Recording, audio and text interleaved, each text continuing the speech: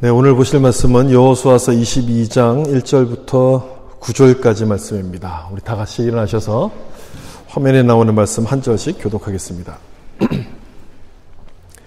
그때 여호수아가 르우벤 사람과 갓 사람과 므낫세 반 지파를 불러서 그들에게 이르되 여호와의 종 모세가 너희에게 명령한 것을 너희가 다 지키며 또 내가 너희에게 명령한 모든 일에 너희가 오늘까지 날이 오래도록 너희가 너희 형제를 떠나지 아니하고 오직 너희의 하나님 여호와께서 명령하신 그 책임을 지키도다.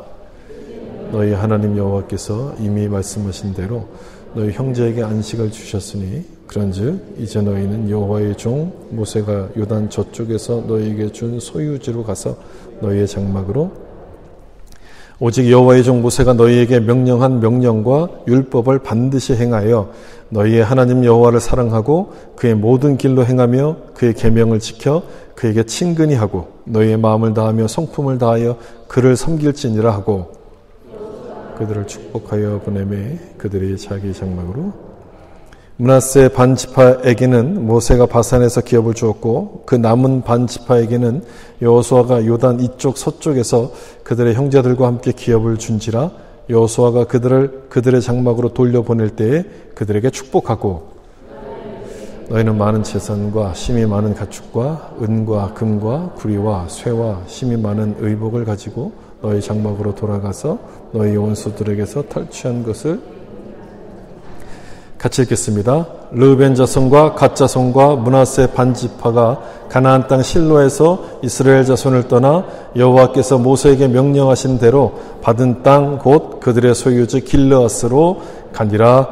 아멘. 말씀에 은혜 받으세요. 인사하면서 앉겠습니다. 말씀에 은혜 받으세요. 아멘. 요단 동편 세 지파의 귀환이란 제목으로 말씀을 나누겠습니다. 이 귀환이란 말은 돌아간다는 그런 뜻이죠. 일을 마치고 일을 잘 끝내고 돌아간다는 것은 참 기쁜 일일 겁니다. 유학 온 사람이 유학을 공부를 마치고 귀국할 때가 그렇겠죠. 또 영주권을 받기 위한 모든 과정을 다 마친 다음에 국경을 돌아서 다시 캐나다로 들어올 때 역시 감격스러울 겁니다. 저도 영주권을 받을 때 그 미국 국경을 넘어갔다가 다시 돌아왔었는데 여기 제목처럼 꼭 귀환하는 그런 느낌이었어요.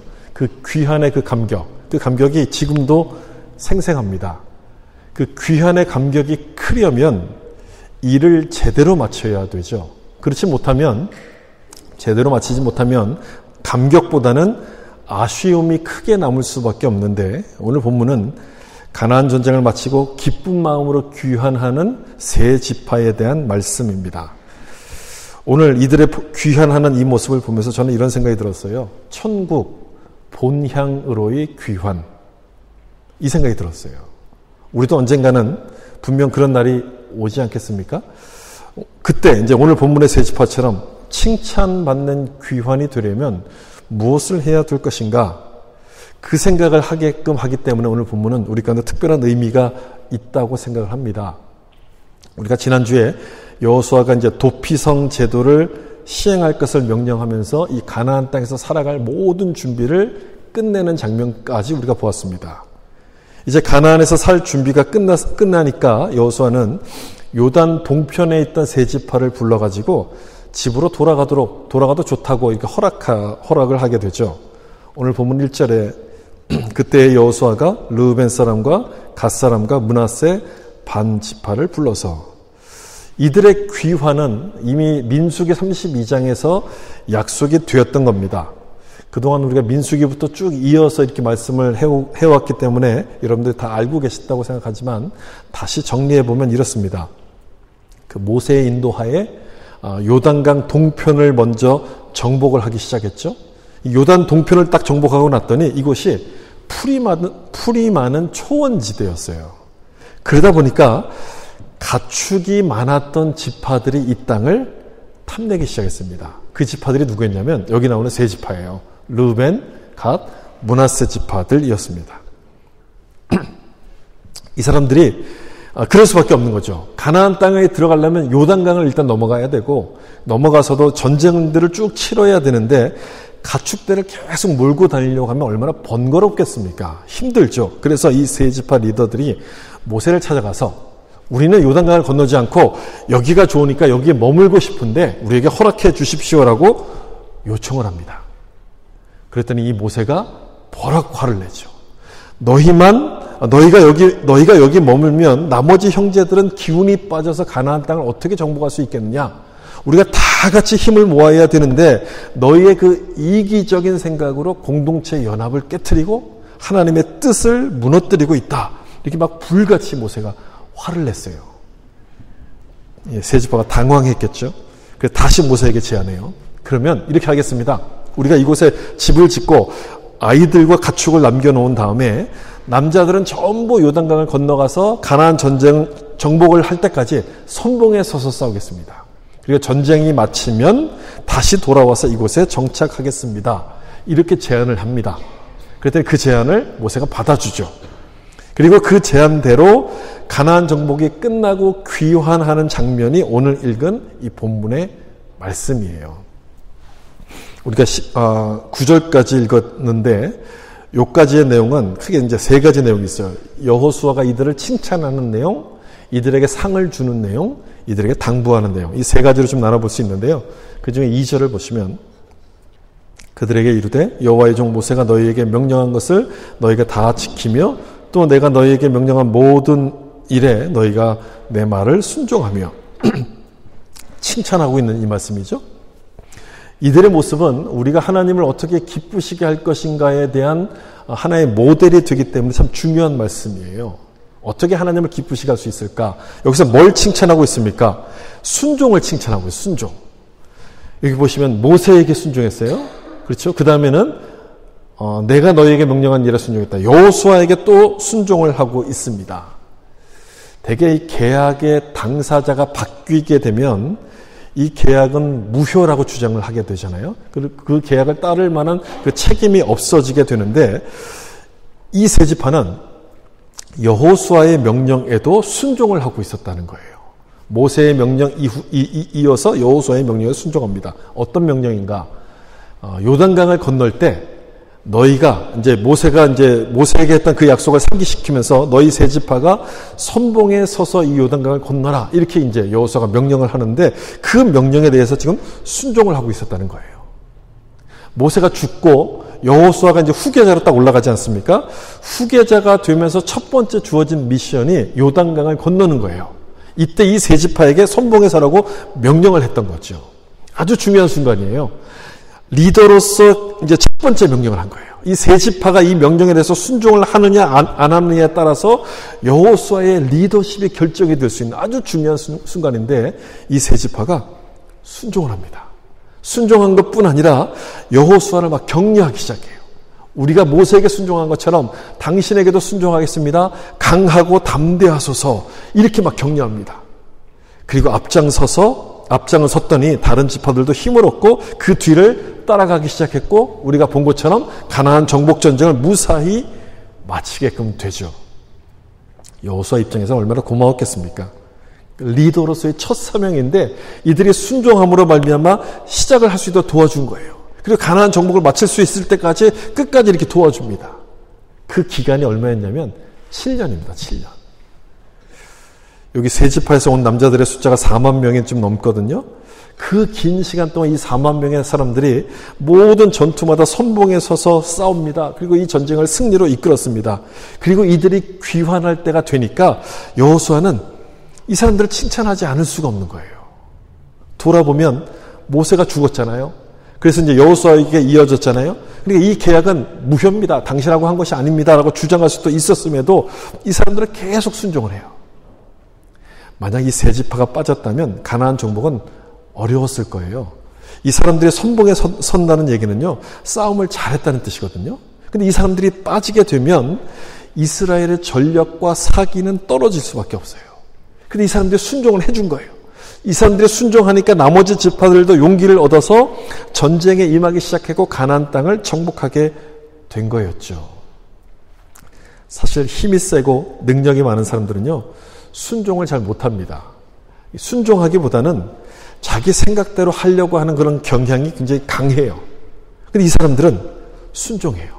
그리고 그 결과 하나님의 뜻인 가나안을 정복하게 돼요. 무슨 말입니까? 하나님의 뜻을 이루는 길은 순종으로만 가능하다는 것을 지금 말씀하는 거예요. 순종함으로써 가나안을 정복하게 되어 하나님의 뜻은 순종으로만 가능하다는 거예요. 여러분들은 순종을 잘하십니까? 내 보스가 무능해 보이면 순종하기가 싫죠. 그냥 내 생각대로 하고 싶어져요. 저 사람 시키는 거 말고 내 방법으로 할 수 있다고 생각해서 그 방법을 막 이렇게 밀어붙이잖아요. 좋게 말하면 개혁이겠죠. 나쁘게 말하면 쿠데타, 이런 변혁, 이런 것들이 돼요. 세상은 그런 방법으로 이렇게 돌아가지만 하나님의 뜻은 그렇게 이루어지지 않습니다. 하나님의 뜻은 그렇게 이루어지지 않아요. 리더가 나보다 못 배우고 뭔가 좀 잘 하지 못한다 할지라도 그 권위에 순종하게 될 때 그 모습을 통해서 하나님의 뜻이 이루어지고 공동체가 세워져 가는 거예요. 권위에 순종하는 것을 통해 하나님의 뜻이 이루어져 간다는 거예요. 제가 캐나다 오기 전에 한국에서 마지막으로 섬겼던 교회가 종로에 있는 승동교회라는 곳이에요. 파고다 공원 바로 옆에 있는 교회인데, 이 교회는 그 미국 선교사 사무엘 무어 선교사가 세운 교회였거든요. 처음에는 양반들을 전도해서 막 예배를 드렸고, 그 다음에 백정들을 전도해서 예배를 드렸어요. 그러다 보니까 막 섞여서 예배를 드리니까 양반들이 이제 반발한 거죠. 내가 백정과 함께 예배를 드릴 수 없다. 그래서 막 교회를 나가기도 하고 막 우여곡절이 있다가 한 교회 안에서 커튼을 쳐놓고 한쪽은 양반, 한쪽은 백정 이렇게 앉아서 예배를 드리기 시작했어요. 그러다가 이 사람들이 성경을 공부하면서 변화가 됩니다. 성경을 막 보다 보니까 이 복음 안에는 신분의 차별이 없다는 것을 이 사람들이 깨닫게 돼요. 신분의 차별이 없다는 것을 깨닫고 그 중간에 막았던 커튼을 없애요. 그리고 백정 중에서 장로를 한 사람을 세웁니다. 이 사람이 누구냐면 박성춘 장로라는 분이에요. 그리고 이 백정 출신의 장로가 양반을 가르치기 시작해요. 이 조선시대 어떤 구한말의 역사에서는 있을 수가 없는 일이에요. 백정이 양반을 가르치는 이런 일들이 일어나기 시작해요. 그리고 그 백정 장로의 아들이 재중원이라는 의과대학을 졸업하고 한국 최초의 의사가 된 박서양이라는 사람입니다. 여러분, 만약에 양반과 백정이 함께 할 수 없다고 끝까지 거부했다면 이렇게 한국교회에 남아있는 이 아름다운 역사가 남아있을 수 있었겠습니까? 예수님께서 완성하신 구원도 죽기까지 순종했기 때문에 가능했던 것 아니겠습니까? 그런 순종으로 우리가 구원을 받았기 때문에 우리 역시 순종하는 것은 당연한 거예요. 내가 할 수 있는 부분만 순종하고 못하는 부분 안 하고 그게 아니라 순종하는 것은 당연한 거예요. 순종은 예수님을 닮아가는 것이고 순종할 때 여호수아가 칭찬을 받은 것처럼 하나님께서 우리를 칭찬하실 것이기 때문에 우리도 순종하는 일에 힘써야 될 줄로 여러분 믿으시길 바랍니다. 그 다음에 3절 말씀을 좀 보시면 오늘까지 날에 오래도록 너희가 너희 형제를 떠나지 아니하고 오직 너희 하나님 여호와께서 명령하신 그 책임을 지키도다. 두 번째 여호수아가 칭찬하는 내용이 나오는데 오래도록 인내한 것에 대해서 칭찬합니다. 여기 날이 오래도록이라고 되어 있어요. 얼마나 오랫동안 했었냐면 7년하고도 반이에요. 전쟁만 7년이고 그 이후에 정착하는 과정 한 반년 정도 있었어요. 그 긴 시간을 처자식을 떠나서 이곳에서 지금 살고 있었던 거예요. 우리 자녀들 유학 때문에 기러기 부부로 사시는 분들은 이 상황이 얼마나 힘든 상황인지 아마 공감이 되실 거예요. 이 정도 했으면 됐지, 이 정도 도와줬으면 됐지, 난 그만 돌아가고 싶어. 이런 유혹이 왜 없었겠습니까? 이들 세 지파가 여러분 선봉에 서서 싸웠다 그랬잖아요. 부상도 많았을 거예요. 어려움도 굉장히 많았을 거예요. 다른 사람들은 전쟁이 끝나고 나면 자기 집으로 돌아가서 편하게 가족들과 함께 쉼을 취하는데 이 사람들은 갈 데가 없어요. 집에 가도 혼자인 거예요. 그냥 보고 싶어도 연락할 수가 없는 거예요. 외로움에 당장이라도 돌아가고 싶었지만 그 마음을 꾹 참고 7년 반 동안 인내합니다. 왜 인내합니까? 하나님과의 약속 때문에. 모세와의 약속, 여호수아와의 약속이 곧 하나님과의 약속임을 알았기 때문에 이들은 힘들어도 외로워도 끝까지 인내해요. 성경은 인내에 대한 말씀이 굉장히 많습니다. 이 인내는 믿음의 결과이고 믿음의 과정이기 때문에 그래서 하나님은 인내하라는 말씀 많이 해요. 인내를 굉장히 기뻐하신다고 말씀하세요. 마태복음 24장에도 끝까지 견디는 자는 구원을 얻으리라. 인내를 강조하는 말씀이 있죠. 언제까지 이제 인내하라고 말씀합니까? 끝까지라고 돼 있어요. 끝까지. 그래서 인내가 어려운 거예요. 1년만 해라, 2년만 해라 이러면 쉽죠. 누구나 다 할 수 있어요. 그런데 끝까지 하라고 돼 있어요. 끝까지. 이게 언제 끝나는 것인지 모르기 때문에 인내는 굉장히 힘든 거예요. 여러분, 한국이 일본 식민지였을 때 친일을 했던 사람들의 일관된 변명이 뭔지 아십니까? 독립될 줄 몰랐습니다. 이거예요. 독립될 줄 몰라서 자기는 그렇게 했다는 거예요. 뭐 말도 안 되는 변명이지만 인내가 얼마나 힘든다는 것을 보여주는 그런 사건이에요. 끝까지 인내하는 것은 굉장히 어려운 일이에요. 그래서 여호수아가 이들을 지금 칭찬하는 거예요. 중간에 마음이 바뀌거나 상황이 달라졌다고 해서 포기하지 않고 이 세 지파는 끝까지 인내하면서 하나님께 충성을 다합니다. 하나님의 뜻은 이런 사람들이 있어야지 이루어지는 것인데 저는 여러분들이 그런 분들이 되셨으면 좋겠어요. 끝까지 변하지 않고 충성하는 그런 사람들이 되셨으면 좋겠어요. 예수님도 우리를 끝까지 사랑하시지 않았습니까? 예수님께서 십자가의 그 고통을 끝까지 인내하셨기 때문에 우리가 구원을 받은 것 아니겠습니까? 조금만 힘들면 포기해버리고 상황이 바뀌면 상황이 바뀌었다가 돌아서 버린다면 하나님의 뜻을 이룰 수 없고 하나님의 칭찬 역시 기대할 수가 없는 거죠. 요한계시록 2장 10절 죽도록 충성하라 그리하면 생명의 면류관을 내게 주리라. 하나님의 칭찬과 상급은 끝까지 인내한 사람이 주는 거예요. 누구에게 준다고요? 끝까지 인내한 사람. 끝까지 인내한 사람. 언제까지 이걸 해야 되지? 그만하면 안 될까? 여러분, 이런 마음대로 고민하는 분들이 있다면 다시 한번 이 세 지파의 모습을 보시면서 도전을 받으셨으면 좋겠어요. 끝까지 충성할 수 있기를 바랍니다. 하나님의 때가 오면 우리의 수고에 대해서 하나님께서 위로해 주실 거예요. 그때가 올 것을 믿고 인내와 충성으로 지금의 시간들을 여러분 채워나갈 수 있기를 주님의 이름으로 축복합니다. 지금을 잘 채우면 나중에 우리가 귀환하게 될 때 감격에 귀환할 수 있는 거예요. 이제 여호수아는 이렇게 끝까지 인내했던 이들에게 상을 주는데 22장 7절을 좀 보시면 므낫세 반 지파에게는 모세가 바산에서 기업을 주었고 그 남은 반 지파에게는 여호수아가 요단 이쪽 서쪽에서 그들의 형제들과 함께 기업을 준지라. 여호수아가 그들을 그들의 장막으로 돌려보낼 때에 그들에게 축복하고 또 이어지는 8절에서도 많은 전리품들, 금은, 보석, 옷 이런 것들을 주었다는 말씀이 나오는데 그 중에서 좀 특별한 상, 이 세 지파 중에 므낫세 반 지파가 받았던 특별한 상은 7절에 나오는 것처럼 요단강 서편에 있는 땅입니다. 이 사람들은 이미 요단강 동편에서 땅을 분배받았기 때문에 분배가 끝난 거예요. 더 이상 분배받을 이유가 없는데 요단 서편에도 땅을 줍니다. 왜 줬을까요? 순종을 너무너무 잘해서. 여호수아가 딱 보니까 이 사람들이 몸을 안 사리고 열심히 하는 거예요. 자기의 모든 것을 바쳐서 최선을 다하는 모습을 보자 이 여호수아가 감동을 받았겠죠. 이 므낫세 지파는 인구도 많은데 요단의 동편 땅만 갖고는 부족하겠다 싶어가지고 요단 서편에도 땅을 또 줍니다. 원래 약속했던 게 아니거든요. 이건요. 땅을 준다는 약속이 없었어요. 그런데도 뜻하지 않은 상을 주는 거예요. 여기 보면 모세가 줬잖아요. 요단 동편을. 근데 여호수아가 요단 서쪽 있는 땅을 또 주는 거예요. 이게 무슨 말인가? 하나님이 어떤 분인가? 이런 분이라는 것을 지금 보여주는 거예요. 하나님은 언제나 우리의 기대를 초월해서 주시는 분이라는 것을 보여주시는 그 장면이에요. 약속한 것은 당연히 주시는 것이고 약속한 것뿐 아니라 그 이상을 주시는 하나님의 모습을 지금 보여주는 장면인 거예요. 여러분 너무 좋지 않습니까? 약속한 것 이상을 준다. 누구에게 주시느냐? 끝까지 인내하고 순종한 자에게 주시는 거예요. 도전이 되는 말씀이에요. 우리 하나님은요, 우리에게 뭐가 필요한지를 아세요. 여러분 맨날 우리 기도할 때 그러잖아요. 하나님 왜 이걸 안 주세요? 이거 나 필요한지 모르세요? 막 그러잖아요. 다 아세요, 하나님은. 다 아세요. 그러므로 우리가 신실하게 순종하기만 하면 하나님은 넘치도록 채우시는 거예요.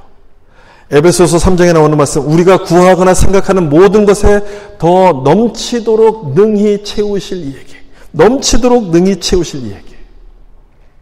순종이 어렵고 인내가 힘들어 포기하고 싶을 때 하나님이 주실 상급을 기억하면서 여러분 이겨낼 수 있어야 돼요. 하나님은 넉넉히 주시는 분이에요. 요만큼 주시지 않아요. 넉넉히 채우시는 분이에요. 자, 여기서 한 가지 질문을 좀 드려볼까요? 하나님이 가나안 땅을 약속하셨잖아요. 약속의 땅은 가나안 땅인데 이 가나안 땅이 요단강 서편일까요? 아니면 동편도 포함이 되는 걸까요? 지도를 보시면 이렇게 됐죠. 여기 요단강, 이쪽 서편. 이 가나안 땅이죠. 약속하신 땅이 여기일까요? 이쪽 동편도 포함이 되는 걸까요? 왜 질문을 드리냐면 오늘 본문 같은 경우를 보면 요단 동편 땅은 약속의 땅이 아닌 것처럼 설명을 하고 있기 때문에 지금 질문을 드리는 거예요. 여러분 약속의 땅은 어디입니까? 요단 서편만 말하는 겁니까? 그 모세가 죽을 때 가나안 땅에 들어갔습니까? 못 들어갔습니까? 못 들어갔죠. 그래서 들어가지 못하는 대신에 여기 보면 느보산에 올라가서 가나안 땅을 다 보여준 다음에 모세가 죽어요. 너는 가나안 땅에 들어가지 못하지만 약속의 땅에 들어가지 못하지만 이렇게 말씀하세요. 그걸 보면 요단강 서편이 하나님이 약속하신 땅인 거예요. 그렇죠? 요단 동편에 있을 때 모세가 죽었을 때 약속의 땅에 들어가지 못했다고 하니까 이쪽은 아닌 거죠. 그런데 이 모세가 요단 동편의 땅을 세 지파에게 분배합니다. 하나님께서 너에게 허락하신 땅이라고 세 지파에게 분배해요. 그걸 보면 요단 동편도 약속의 땅에 포함되는 것 같아요. 헷갈리죠, 여러분? 어디가 하나님이 약속하신 가나안 땅일까요? 그래서 정리하면 이렇습니다. 하나님께서 처음 약속하신 땅은요, 요단 서편이 맞아요. 서편. 요단 동편은 처음 약속하신 땅이 아니었어요. 그런데 이들 세 지파의 요청에 따라서 하나님께서 허락을 하셔서 포함된 땅이 요단 동편이에요. 이렇게 정리하면 돼요. 그래서 요단강을 놔두고 좌우로 동서로 약속의 땅이 이렇게 확대가 되고 이 땅이 언제 정복이 되냐면 다윗 왕과 솔로몬 왕 때 완전하게 딱 이 땅을 다 정복하게 되는데 제가 왜 이 말씀을 드리냐면 하나님께서 순종하는 자에게 주시는 축복이 뭔지를 좀 보라고 말씀을 드리는 거예요.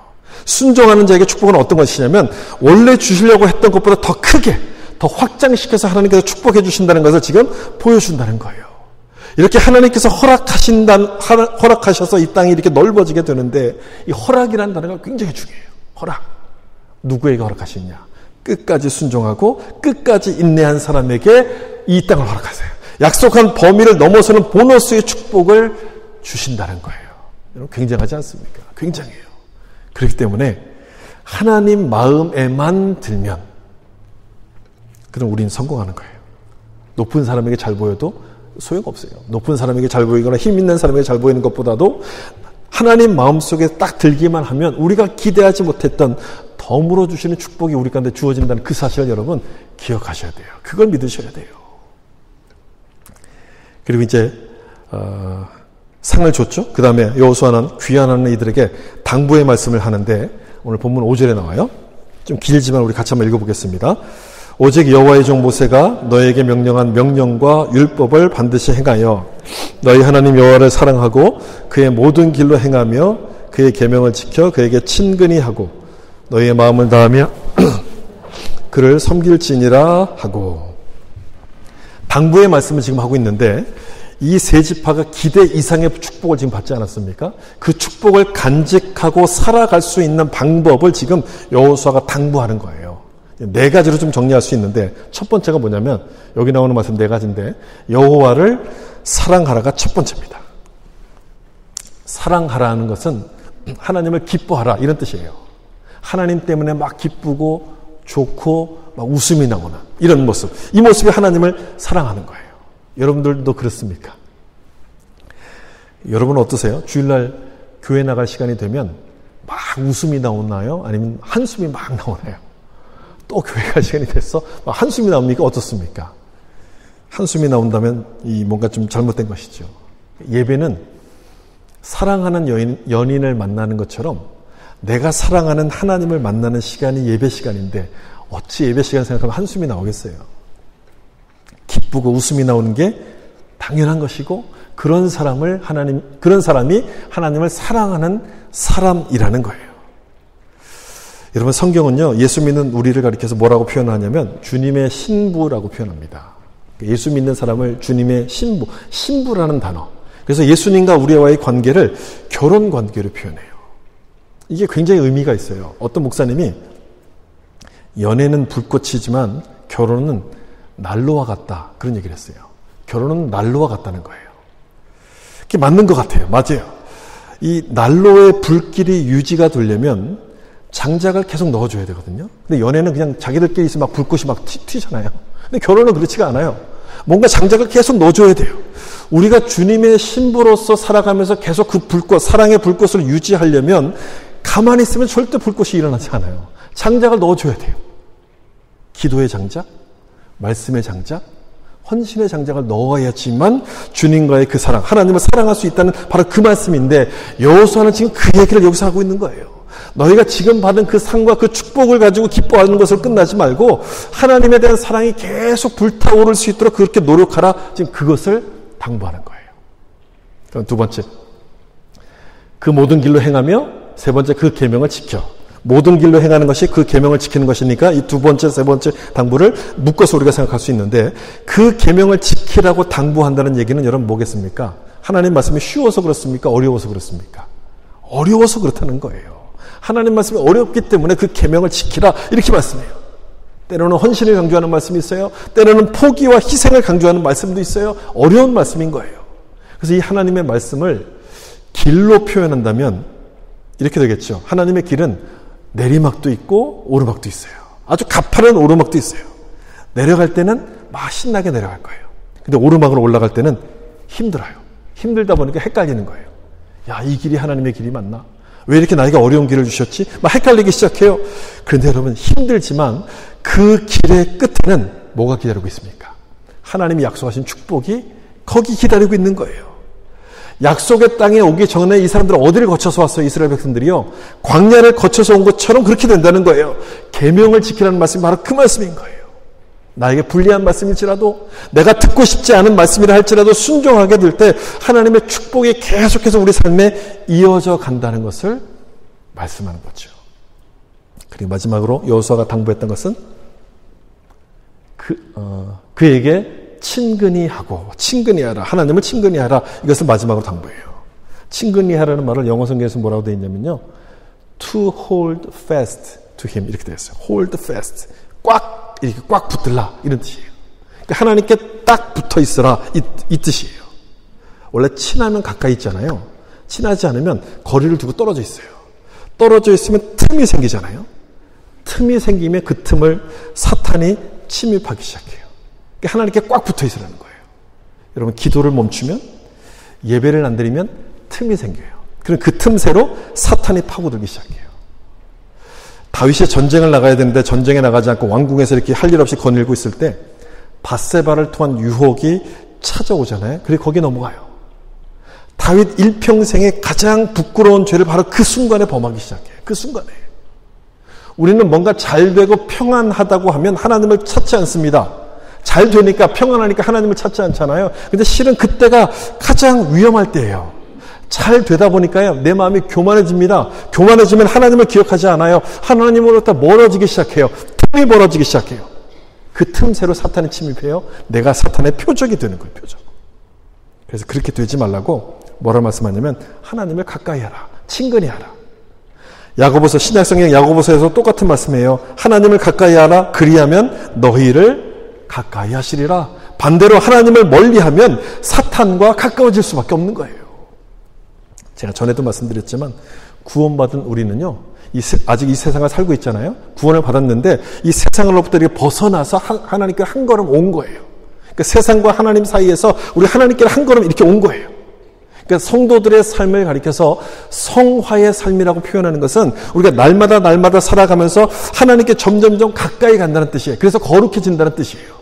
여러분, 이 그림을 꼭 기억하세요. 세상과 하나님 사이에서 우리가 왔다 갔다 하는 거예요. 성화가 되면 될수록 하나님께 가까이 가는 건데, 하나님과 멀어진다는 얘기는 어디로 가까이 간다는 거예요? 세상으로 가까워진다는 거예요. 여러분, 가만히 있으면 중간이 되는 게 아니에요. 가만히 있으면요, 자꾸 뒤로 밀리는 거예요. 그래서 5절 마지막에 있는 것처럼 너희 마음을 다하여 성품을 다하여 그를 섬길지니라, 이 말씀은 하나님을 가까이 하고 하나님을 사랑하려고 노력하는 자들이 되라, 이걸 당부하는 말씀이죠. 예수님께서 이것을 첫 번째 계명이라고 말씀하지 않았습니까? 하나님을 사랑하는 것. 하나님이 주신 축복의 삶을 살기 위해서 우리 모두가 기억하고 지켜야 될 말씀이 바로 이 말씀이었던 거죠. 그럼 여러분 마지막으로 여호수아가 왜 이런 말씀을 이들에게 당부하고 있는 걸까요? 이 세 지파, 요단 동편으로 돌아가는 세 지파에게 왜 이런 당부를 하고 있을까요? 이 사람들은 이제 요단강을 건너서 돌아가야 되기 때문에 그래요. 지도가 나오죠. 여기가 요단강이에요. 여기 갈릴리 호수, 사해바다 쭉 연결하는 것이 요단강인데 이 요단강을 건너가야 되기 때문에 그래요. 다음 주에도 나오겠지만 이 당시 요단강은요, 동쪽과 서쪽을 완전하게 구분짓는, 완전하게 다른 지역으로 구분짓는 그런 경계선이었어요. 지금은 우리가 이게 하나고 이 이스라엘 안에 있는 강이라고 생각하지만 그 당시 입장으로 돌아가면 이 요단강은요, 완전 다른 곳이에요. 이쪽과 이쪽은 완전히 구분짓는 그런 경계선이다 보니까 여호수아 입장에서는 염려가 되는 거예요. 이제 저 사람들이 떠나야 되잖아요. 요단강을 건너서 동쪽으로 떠나가야 되는 이들이 걱정이 되는 거예요. 동쪽으로 가다 보면 이스라엘보다는 이방 나라들과 훨씬 더 가까워지기 시작하는 거예요. 이쪽이 서편이잖아요. 서편에 하나님의 임재를 상징하는 성막이 이쪽에 있었어요. 어디 있었냐면 여기 실로에 있었어요. 근데 여기서부터 떠나서 동쪽으로 가요. 하나님으로부터 멀어지고 세상과 가까워지기 시작하는 거예요. 그러다 보니 여호수아로서는 이런 당부를 안 할 수가 없었던 거예요. 여러분, 이 요단강 동쪽은요, 초원지대였기 때문에 가축이 많은 지파들에게는 굉장히 좋은 땅이에요. 탐나는 땅이었습니다. 그렇지만 탐나는 땅이, 좋은 땅이 이들에게는 영적으로 보면 정말 위험한 곳이었어요. 소돔과 고모라가 좋은 땅인 것처럼 보였지만 영적으로 위험했던 곳인 것처럼 여기도 마찬가지예요. 지리적으로 아람과 아수르에게 가까웠기 때문에 쉽게 공격을 당합니다. 나중에 역사, 이제 열왕기 상하 이 말씀을 보면 이 요단강 동쪽 땅은요, 이미 다 아람에게 빼앗겨 버려요. 그래서 하나님께서 요단 서편을 약속의 땅으로 처음에 주셨겠죠. 주셨을 텐데, 근데 이들이 요청함으로 말미암아 요단의 동편 땅도 약속의 땅으로 하라고 허락을 딱 하시게 되는데, 따라서 여기서 찾아오는, 이들이 요청해서 허락받은 땅 아닙니까? 여기서 찾아오는 시험은 이들 스스로가 감당을 해야 되는 거예요. 이들이 스스로 준비해서 이 모든 시험을 이길 수 있도록 감당을 해야 되는 거였어요. 그것 때문에 여호수아는 이 동편으로 떠나는 이들에게 제일 중요한 하나님을 사랑하고 하나님께 순종할 것을 당부하는 거예요. 영적으로 무장하고 있으면 그 땅이 축복의 땅이 되는 것뿐 아니라 하나님이 덤으로 주신 축복도 계속 누리게 되는 것이지만, 그게 아니면 그 약속의 땅으로부터 쫓겨날 수밖에 없기 때문에 이 모든 내용들을 지금 이들에게 당부하고 있는 거죠. 우리도 마찬가지 아니겠습니까, 여러분? 우리도 마찬가지죠. 이스라엘 백성들의 삶은 우리의 영적인 삶을 상징적으로 보여주는 것이기 때문에 우리에게도 동일해요. 하나님을 믿고 끝까지 인내하며 순종하면 내가 살아가는 이곳, 내가 일하는 일터가 하나님이 주신 축복의 땅이 될 거예요. 하나님을 잊어버리고 내 마음이 교만해지면, 하나님과 내 사이에 틈이 벌어지기 시작하면 그 축복의 땅이 하나님이 주신 심판의 땅이 될 거예요. 우리도 마찬가지예요. 그래서 이 말씀을 보면서 우리는 하나님을 믿고 끝까지 감당함으로써 이 주어진 축복을 잘 관리하고 유지하는 그런 삶을 살기로 우리가 다짐을 해야 되는 거예요. 그래야지만 우리가 천국으로 귀환하게 될 때 본문의 세 지파가 칭찬을 받은 것처럼 잘하였도다 착하고 충성된 종아 칭찬을 받지 않겠습니까? 제가 서두에서 오늘 본문이 천국으로의 귀환을 연상시킨다고 말씀드렸잖아요. 우리의 천국 귀환이 감격이 되도록 여러분들은 지금 준비하고 계십니까? 우리도 언젠가 천국 본향으로 귀환하게 될 텐데, 그때 하나님께 칭찬받기 위해서 여러분 준비하고 계십니까? 아쉬움이 아니라 감격의 귀환이 되려면 지금이 중요한 거예요. 지금부터 하나하나 이렇게 다 채워가다 보면 나중에 천국 갈 때 정말 감격의 귀환을 하게 되는 거예요. 요단 동편으로 귀환했던 이 세 지파가 보여준 것처럼 끝까지 인내하며 하나님을 전심으로 사랑하셔서 우리 삶을 마치고 귀환하게 될 때 하나님께 칭찬받는 여러분들이 될 수 있기를 예수님의 이름으로 축원합니다. 기도하겠습니다.